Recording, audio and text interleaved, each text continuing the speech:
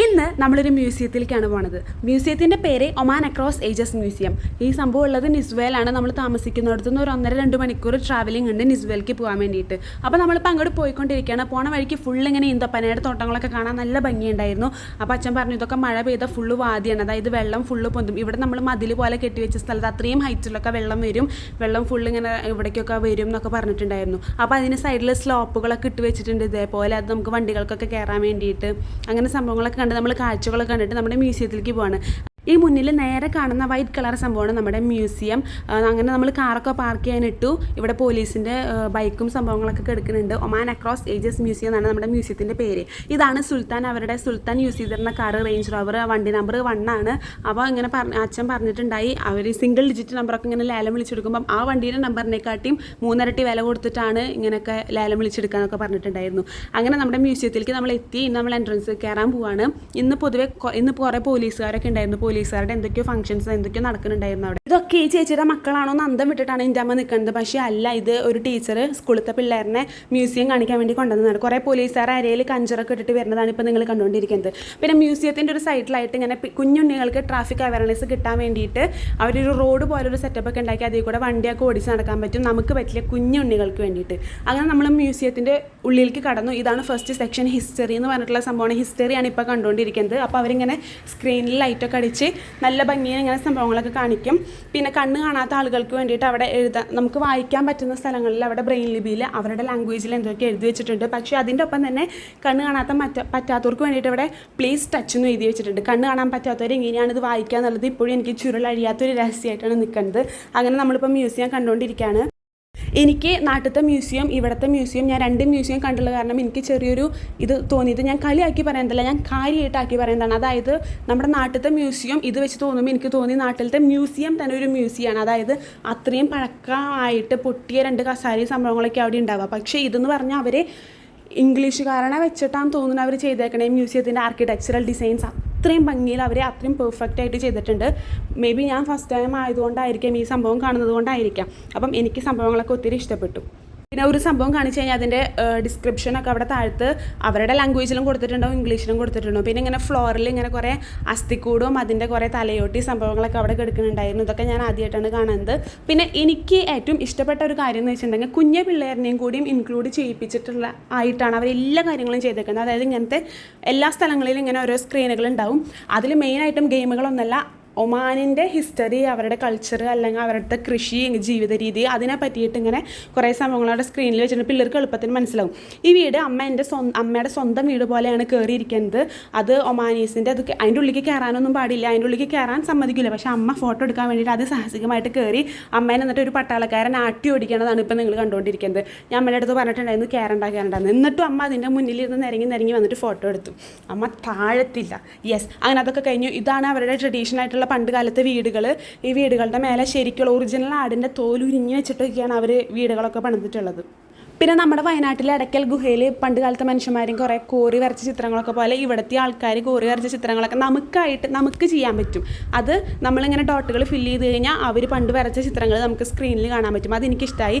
റോസ്മിന് ഒരു ആദിമ മനുഷ്യൻ്റെ ചിത്രമാണ് കിട്ടിയത്. ഞാൻ വരച്ചു വന്നപ്പം കിട്ടിയത് ഒരു മരപ്പട്ടിയുടെ ചിത്രമായിരുന്നു. കുഴപ്പമില്ല, എനിക്കതാണ് കിട്ടിയത്. പിന്നെ അത് കഴിഞ്ഞിട്ട് കല്ലുകളിലൊക്കെ അവർ പണ്ട് കാലത്തെ ആളുകൾ വരച്ചിരുന്ന ചിത്രങ്ങൾ, ചിഹ്നങ്ങൾ, അങ്ങനത്തെ സംഭവങ്ങളാണ് ഈ സെക്ഷനിലുള്ളത്. എൻ്റെ പോലെ തന്നെ ഒരു സായിപ്പും കുറേ നേരം സ്ക്രീനിലിരുന്ന് കളിക്കേണ്ടായിരുന്നു. സായിപ്പിന് നല്ല ഇഷ്ടമായി തോന്നുന്നു. പിന്നെ ഒരു തകപക്ഷിയുടെ മുട്ട ഇവിടെ വെച്ചിട്ടുണ്ട്. അത് ആരോ പൊട്ടിച്ച് അതിൻ്റെ ഉള്ളിൽ നിന്ന് സംഭവങ്ങളൊക്കെ എടുത്തിട്ടുണ്ട്. ഇവിടെ വലിയൊരു ബോട്ട്, ഒരു കപ്പൽ പോലത്തെ സംഭവം ഇരിക്കുന്നുണ്ട്. നല്ല ഹൈറ്റിലൊരു ഹാള് വലിയ ഫുള്ള് നീളത്തിലിരിക്കുന്നുണ്ട്. ഈ സ്ക്രീനിൽ നിങ്ങൾ കണ്ടുകൊണ്ടിരിക്കുന്നത് പണ്ട് കാലത്ത് അവരുടെ ആളുകൾ ഈ ബാർട്ടർ സമ്പ്രദായം പോലെ ഒരു ചക്ക കൊടുത്താൽ 5 മാങ്ങ കിട്ടും, അങ്ങനത്തെ സംഭവങ്ങളൊക്കെയാണെന്നാണ് എനിക്ക് മനസ്സിലായത്. പിന്നെ ഇത് എന്ന് വെച്ചിട്ടുണ്ടെങ്കിൽ ഒരു റൂം ഫുള്ള് ഒരു സ്ക്രീൻ പോലെയാണ്. അതായത് അവരുടെ പണ്ട് കാലത്തെ ജീവിത രീതികളാണ് ഇപ്പോൾ ഈ സ്ക്രീനിൽ ഫുള്ള് കാണിച്ചുകൊണ്ടിരിക്കുന്നത്. നമുക്ക് അതിൻ്റെ ഉള്ളിൽ കയറിയിട്ട് കാണാൻ പറ്റും സ്ക്രീനിൽ. അതിങ്ങനെ ഫുള്ള് മൂവ് ചെയ്തുകൊണ്ടിരിക്കും. അതിൽ മെയിനായിട്ടും വരുന്നത് അവർ മീനിനെ പിടിച്ച് അതിനെ ചുട്ട് തിന്നുക, അല്ലെങ്കിൽ അവരുടെ പണ്ട് കാലത്തെ ജീവിതം എങ്ങനെയായിരുന്നു അതാണ് ഈ സ്ക്രീനിൽ ഫുള്ള് കാണിക്കുന്നത്. പിന്നെ അവരുടെ മെറ്റൽ കൊണ്ട് ഉണ്ടാക്കിയ കുറേ പാത്രങ്ങളൊക്കെ ഉണ്ടായിരുന്നു. ഇതും ഫുള്ള് സ്ക്രീനാണ്. അതായത് അവരുടെ വില്ലേജ് അല്ലെങ്കിൽ അവരുടെ ക്രോപ്പ് ഫീൽഡ്, അതിനെ റിലേറ്റ് ചെയ്തിട്ട് അവരുടെ കൃഷി സംഭവങ്ങളൊക്കെ എങ്ങനെ ഇത് ചെയ്യാം അത് ചെയ്യാം എന്നുള്ളതിനൊക്കെ പറ്റിയിട്ടുള്ളതായിരുന്നു. ഇത് എനിക്ക് ഭയങ്കര ഇഷ്ടപ്പെട്ടു. അതായത് നമുക്ക് നമ്മുടെ ഇഷ്ടത്തിനനുസരിച്ച് അതിൽ ഇങ്ങനെ കൺട്രോൾ ചെയ്യാൻ പറ്റും. അപ്പോൾ നമുക്ക് എളുപ്പം മനസ്സിലാവാനും പറ്റും. ഈ സ്ക്രീനിൽ എന്ന് പറഞ്ഞാൽ അവരുടെ കൃഷി സംരക്ഷിക്കാൻ എങ്ങനെ വെള്ളം എത്ര വേണം അങ്ങനത്തെ ഒരു സംഭവമാണ് ഇപ്പോൾ ഞാൻ ചെയ്തുകൊണ്ടിരിക്കുന്നത്. അത് നല്ല രസമാണ് കാണാൻ വേണ്ടിയിട്ട്. ഞാൻ അങ്ങനെ ചെയ്യുമ്പം ഈ പാത്രത്തിൽ ഇങ്ങനെ വെള്ളം നിറയുന്നത് കാണാം. ആ വെള്ളം നിറയുന്നതാണ് എനിക്ക് ഇഷ്ടമായത്. അപ്പം ഞാൻ ആ സെക്ഷനിൽ 2 പാത്രം വെള്ളം വേണം, അതുകൊണ്ട് ഇങ്ങനെ 2 തവണ വെള്ളം നിറയും. ഇതൊന്നും എനിക്ക് വായിക്കാൻ അറിയില്ല, കാരണം ഇത് അറബിയാണ്. പക്ഷേ എനിക്ക് ഇതിൻ്റെ ഇൻറ്റീരിയർ ഡിസൈൻ ഇഷ്ടമായപ്പോൾ ഞാൻ വെറുതെ എടുത്തു എന്നുള്ളൂ. പിന്നെ കുറച്ച് കഴിഞ്ഞപ്പോൾ വേറൊരു സ്ക്രീനിൽ നമുക്ക് അവരുടെ കപ്പൽ പോലത്തെ ഒരു സംഭവം ഉണ്ടാക്കാൻ പറ്റും. അതായത് കോട്ടൺ ക്യാൻവാസ് കൊണ്ടാണോ സിൽക്ക് കൊണ്ടാണ് ഉണ്ടാക്കുക. അപ്പോൾ ഞാൻ കോട്ടൺ ക്യാൻവാസ് ഞെക്കി. അപ്പോൾ എൻ്റെ അടുത്ത് പറഞ്ഞു അവരുടെ കപ്പലിൽ കൊണ്ടുപോയിട്ട് ഒമാൻ സീ വഴി സാധനം കൊണ്ടുപോയി വിൽക്കാൻ പറഞ്ഞു. അപ്പോൾ ഞാൻ സീ ഓഫ് ഒമാനിൽ നിന്ന് ബോട്ടിൽ സാധനങ്ങൾ വിൽക്കാൻ വേണ്ടി പോയിക്കൊണ്ടിരിക്കുകയാണ്. അവിടെ എത്തിയിട്ട് എനിക്ക് സാധനങ്ങൾ വിൽക്കണം. അങ്ങനെ വിറ്റ് കഴിഞ്ഞാൽ എനിക്ക് കുറേ പൈസ കിട്ടും. ആ പൈസ കൊണ്ട് എനിക്ക് വേറെ ബോട്ട് പണിയാൻ പറ്റും. ആ സംഭവമാണ് ഇപ്പോൾ ഞാൻ ചെയ്തുകൊണ്ടിരിക്കുന്നത്. കണ്ടോ, ഇതൊക്കെ കുഞ്ഞു പിള്ളേർക്ക് ഭയങ്കര ഇഷ്ടപ്പെടും. പിന്നെ ഇവിടെ എല്ലാതും ഭയങ്കര രസമായിട്ടാണ് ചെയ്തുകൊണ്ടിരിക്കുന്നത്. അതുകൊണ്ട് ഒരു 3.5-4 മണിക്കൂറെങ്കിലും പിള്ളേരൊക്കെ വന്നു കഴിഞ്ഞാൽ അവർക്ക് ചെയ്യാൻ പറ്റും. ഞാൻ നോക്കിയപ്പോൾ റോസ്മിൻ ഫ്രീ ഫയർ പോലെ എന്തൊക്കെ ഗെയിം കുറേ ഷൂട്ട് ചെയ്യണേൻ്റെ സൗണ്ടൊക്കെ കേട്ടിരുന്നു. അപ്പം ഞാനും പോയി നോക്കി ഇതെന്താ സംഭവം എന്ന് വെച്ചിട്ടുണ്ടെങ്കിൽ അവരുടെ ശത്രുക്കളിനെ വെടിവെക്കുന്നൊരു സംഭവമായിരുന്നു. അത് അവരുടെ കോട്ട പോലത്തെ, അതായത് അവരുടെ കൾച്ചറിൽ തന്നെ ഉള്ള സംഭവങ്ങൾ നമുക്കിങ്ങനെ വെടിവെച്ച് കളിക്കാൻ പറ്റും. അപ്പം ഞാനും കുറേ അരണയൊക്കെ ഇട്ട് ശത്രുക്കളിനൊക്കെ ഇതിൽ ഫോട്ടോയിൽ നിന്നിട്ട് കുറേ വെടിവെച്ചു. ഇതെനിക്ക് ഭയങ്കരമായിട്ട് ഇഷ്ടപ്പെട്ടു. ഇതൊക്കെ ശരിക്കും ഒരു ഗെയിം പോലെയാണ്, എന്നാൽ ഇത് എല്ലാം ഒമാനിയായിട്ട് റിലേറ്റ് ചെയ്തിട്ടുള്ള സംഭവങ്ങളാണ്. ഇപ്പോൾ നമ്മൾ ഷൂട്ട് ചെയ്ത സംഭവത്തിൻ്റെ ഒരു മാതൃകയാണ് ഇവിടെ ഉണ്ടാക്കി വെച്ചിട്ടുള്ളത്. ഇതിൽ കൂടിയാണ് നമ്മളിങ്ങനെ ഷൂട്ട് ചെയ്തിരുന്നത് കാണിക്കാൻ വേണ്ടിയിട്ട്. ഇതൊക്കെ സുൽത്താൻ പാത്രം, ഫുഡ് കഴിക്കാൻ ഉപയോഗിച്ചിരുന്ന പാത്രങ്ങൾ, ഗ്ലാസ്സുകൾ, പിന്നെ അവരുടെ പാസ്പോർട്ടിൻ്റെ സംഭവങ്ങളൊക്കെയാണ്. അതൊക്കെ വലിയ സ്ക്രീനിൽ കാണിക്കും. പിന്നെ അവരുടെ കറൻസികൾ, അങ്ങനെ എല്ലാതും അവിടെ വിശദമായിട്ട് കാണിക്കുന്നുണ്ടായിരുന്നു. പിന്നെ സ്ക്രീനിൽ ഫുള്ളായിട്ട് അവർ മെയിൻലി സ്ക്രീനിലാണ് എല്ലാതും ചെയ്തേക്കുന്നത്. ഇതൊക്കെ അവരുടെ പോലീസുകാർ അല്ലെങ്കിൽ അങ്ങനത്തെ VIPs ഹെഡ്സൊക്കെ ഇട്ടിരുന്നതാണ്. ഇതാണ് ഇപ്പോഴത്തെ സുൽത്താൻ ബിൻ താരിഖ് ആളുടെ വീഡിയോസ് ഒക്കെ അവിടെ സ്ക്രീനിൽ ഇങ്ങനെ കാണിക്കുന്നുണ്ടായിരുന്നു. പിന്നെ ഈ സംഭവം ഞാൻ ഇട്ട് നോക്കിയത് ഞാൻ ഫസ്റ്റ് ടൈമാണ് യൂസ് ചെയ്യുന്നത്. ഇതിൽ കാണാൻ പറ്റുന്നത് പണ്ട് കാലത്ത് ഒമാനത്തിന് നല്ലൊരു സ്വർഗം പോലത്തെ ഒരു വീട് അന്നത്തെ കാലത്ത് ആൾക്കാർ ജീവിച്ചിരുന്ന സംഭവം, പിന്നെ ഇപ്പോഴത്തെ അവരുടെ ആർക്കിടെക്ചറൽ ഡിസൈൻസ് ഒക്കെയാണ് കാണാൻ പറ്റുന്നത്. ഒപ്പേര ഹൗസ് അങ്ങനത്തെ ഒക്കെ കാണാൻ പറ്റും ആ സ്ക്രീനിൽ. പിന്നെ കുറേ പെയിൻറ്റിങ്സ് വെച്ചിട്ടുണ്ട്. ഇത് പറതിയിട്ട ആൾക്കാരാണെന്നാണ് എനിക്ക് പെയിൻറ്റിങ്സ് സൂക്ഷിച്ച് നോക്കിയപ്പോൾ മനസ്സിലായത്. പിന്നെ ഇങ്ങനത്തെ മലകളൊക്കെ റോസ്മിന് ഭയങ്കര ഇഷ്ടമാണ്, നമ്മൾ കഴിഞ്ഞ ഇതിൽ പറഞ്ഞിട്ടുണ്ടായിരുന്നു.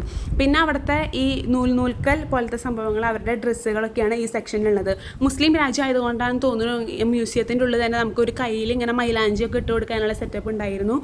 ഇത് അവിടെ വെച്ചിട്ടുള്ളതിൻ്റെ ഒപ്പം നമുക്കും ഇതൊക്കെ നൂൽക്കാനും അല്ലെങ്കിൽ നെയ്യാനൊക്കെ ഉള്ള സെറ്റപ്പ് ഉണ്ട്. ഇതൊക്കെ ഞാൻ നെയ്ത് വെച്ച സാധനങ്ങളാണ്. ആ മ്യൂസിയത്തിൽ കയറിയപ്പോൾ ഇതെനിക്ക് ഭയങ്കര ഇഷ്ടപ്പെട്ടു. ഇതൊക്കെ ഞാൻ ഫസ്റ്റ് ടൈമാണ് നമ്മളിങ്ങനെ ഓരോ ആക്ടിവിറ്റീസ് ചെയ്യിപ്പിച്ചിട്ടുള്ള ഒരു മ്യൂസിയത്തിലേക്ക് വരുന്നത്. ഇത് മ്യൂസിയം അല്ല, അത് ഞങ്ങൾ വാഷ്റൂമിൽ പോയപ്പോൾ ഇവിടുത്തെ വാഷ് ബേസ് ഞങ്ങൾ കണ്ടിട്ട് ഞെട്ടിപ്പോയി. കാരണം ഇങ്ങനത്തെ ഒരു സംഭവം ആദ്യമായിട്ടാണ് കാണുന്നത്. അതിൻ്റെ വീഡിയോ വെറുതെ എടുത്തു എന്നുള്ളൂ. അത് കഴിഞ്ഞാൽ നമുക്ക് ഏറ്റവും അവസാനം ഒരു RJ എന്ന് പറഞ്ഞിട്ടൊരു റൂമുണ്ട്. അതായത് നമ്മുടെ വോയിസ് നമുക്ക് അതിൽ റെക്കോർഡ് ചെയ്യാം. അപ്പോൾ ആ റൂമിൽ ഫുള്ള് അത് അടച്ചിട്ടാണ് ഇരിക്കേണ്ടത്. അങ്ങനെ റോസ്മിൻ്റെ പറച്ചിൽ കേട്ടിട്ട് അക്ഷരങ്ങളൊക്കെ ദേഷ്യം വന്ന് ചാടി എണീക്കുന്നുണ്ട്. അങ്ങനെ ഞാൻ അമ്മേനെ കൊണ്ടും പഠിപ്പിച്ചു. അങ്ങനെ നമുക്ക് അമ്മ എന്താണ് പറഞ്ഞതെന്ന് കേൾക്കാം.